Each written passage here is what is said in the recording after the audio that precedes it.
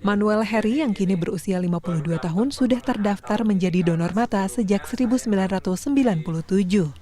Alasannya menjadi pendonor mata adalah sebagai bentuk rasa syukur dirinya atas kesehatan yang dia miliki selama hidup, dan meski nanti dia wafat, ayah dua orang anak ini masih bisa memberikan manfaat bagi para tunanetra yang selama ini tidak bisa melihat, juga bagi para dokter mata untuk melatih kemampuannya.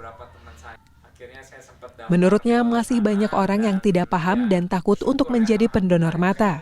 Bahkan setelah 25 tahun terdaftar sebagai pendonor, di keluarganya sendiri baru seorang anaknya saja yang tertarik, kemudian mendaftar menjadi pendonor mata.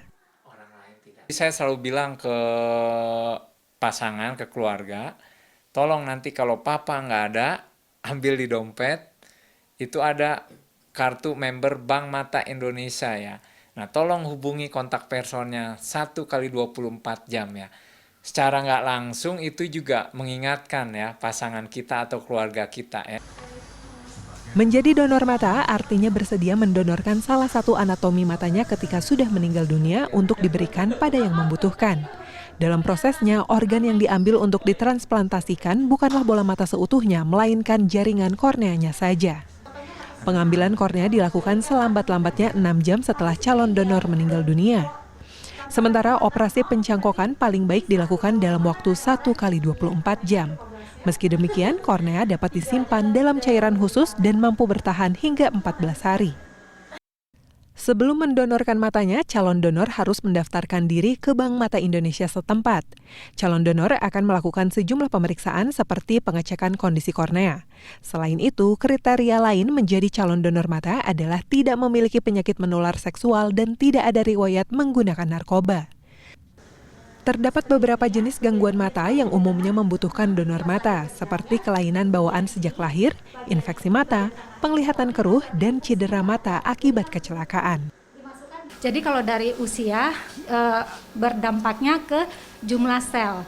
Jadi kornea itu sebenarnya tersusun dari beberapa lapisan, dan lapisan paling dalam tuh selnya. Semakin banyak selnya, semakin bening.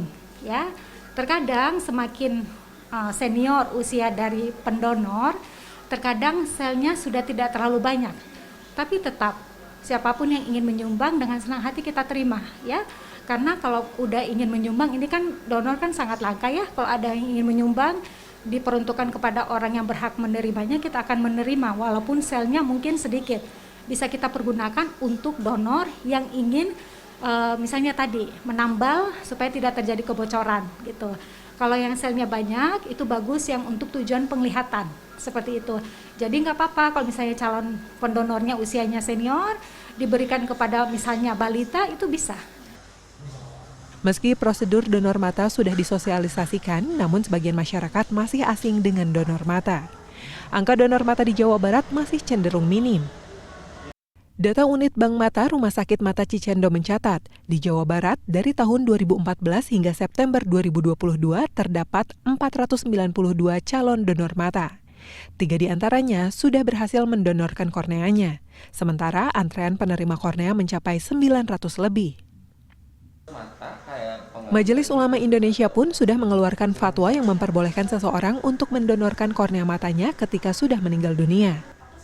Hal tersebut tertuang dalam Fatwa MUI tahun 1979 dengan judul Wasiat Menghibahkan Kornea Mata. Namun menurut Sekretaris Umum MUI Jawa Barat M. Rafani Ahyar, ada syarat-syarat yang harus dipenuhi ketika seseorang ingin mendonorkan kornea matanya. Di antaranya harus diketahui ahli waris dan proses pengambilan kornea mata harus dilakukan oleh dokter ahli di rumah sakit pemerintah. Esensi dari fatwa ini adalah ya pertama ya tentu ini adalah untuk menolong ya orang yang masih hidup yang terkendala oleh persoalan mata gitu ya gitu. Jadi tentu si pendonor ini punya niat, harus punya niat baik menolong gitu kan. Dengan didonorkan kornea matanya maka si yang diberi donor itu akan lebih hidupnya ya lebih bahagia, lebih yang tadinya tidak melihat mungkin bisa melihat gitu kan, bisa melakukan aktivitas, berikhtiar. Tapi muaranya harus dengan punya kelengkapan itu dia bisa meningkatkan pengabdiannya sebagai hamba Allah gitu.